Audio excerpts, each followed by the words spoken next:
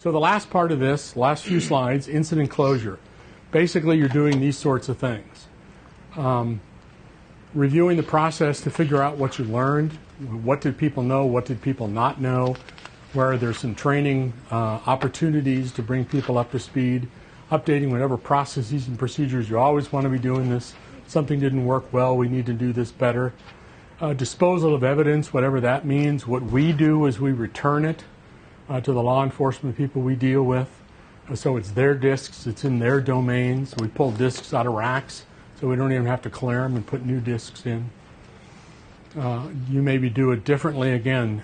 If you use, there's a DoD standard, the number of aids me on cleaning disks. And there's a standalone version of Unix that does that as well. It's called DBAN, D-B-A-N, that will wipe a disk according to the DoD standard. That's a bootable disk. And from a personal point of view, since you all have home computers, if you're ever giving a home computer away, you may want to clean it before you give it away. The analogy is if you had a file cabinet with a bunch of stuff in it, wouldn't you take all the stuff out of the file cabinet before you gave it away? The answer is of course. So do the same thing with your computers.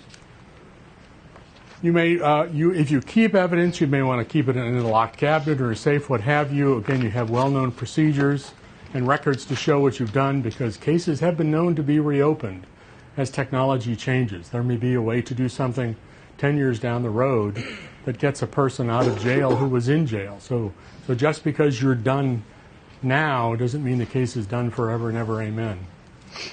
And I assume you all have evidence custodians in your world. Our evidence custodian is moving on to a different job after today, so we need to deal with that. And preserving whatever knowledge and tools and techniques, and we did this and this worked, and we did this and it didn't work, et cetera, et cetera. There's a lot that can be learned and published and talked about independent of a case. So it's possible to do that. Take advantage of that.